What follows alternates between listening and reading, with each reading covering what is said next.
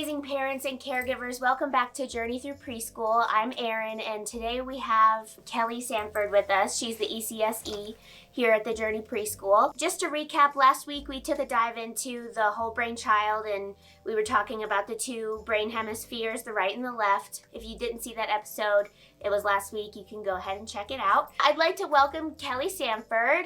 Hi, Kelly. Hi. Hi, everybody. And we're just going to go over like the day-to-day things that Kelly does here. So ECSE is early childhood special education. Yeah. So I'm Kelly Sanford. I am an ECSE early childhood special education teacher. This is my 10th plus year working in preschool, but my eighth year officially being an ECSE. I've been at the Journey this is my third year, and I love it here.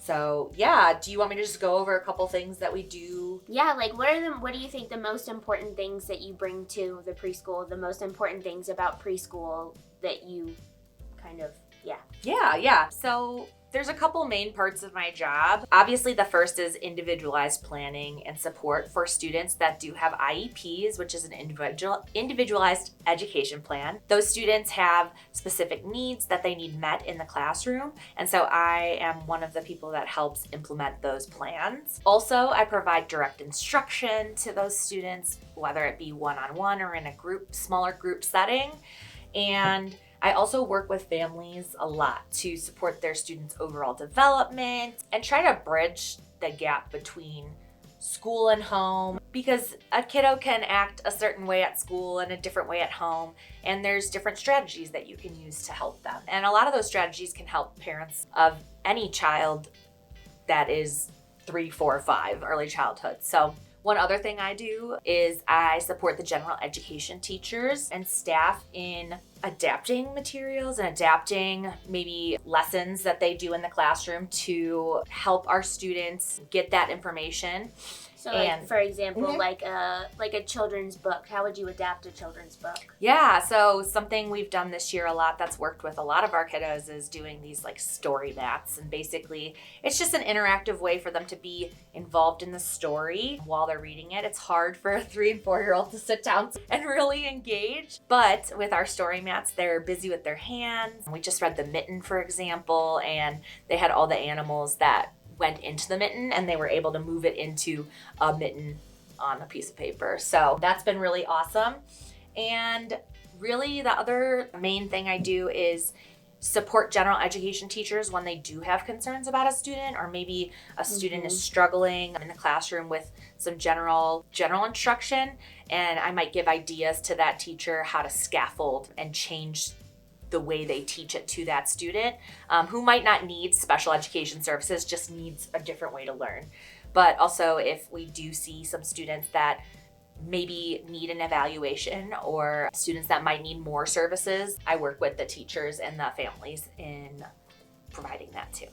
Yeah, Kelly's super, like, one thing we love about Kelly and her ability is to create individualized learning opportunities for each student, because each student is so different. Like, we have plenty of different personalities in this school, so and they all learn so differently. Like, while one student might need the circle time books that we do, so they can follow along in circle time, so they're able to sit down and, kind of regulate themselves, having something in their hand for them to help them pay attention and learn, while as another student may do just fine just sitting in circle time and listening and paying attention without the book. So Kelly's really great at, making things accessible to all people, or all students. Yeah, and also, we have another big thing about early childhood is that inclusion is so important. It's best practice in early childhood to have inclusive classrooms, and I think we do a really good job of having the option of having a resource room connected to a general education classroom. Just because a student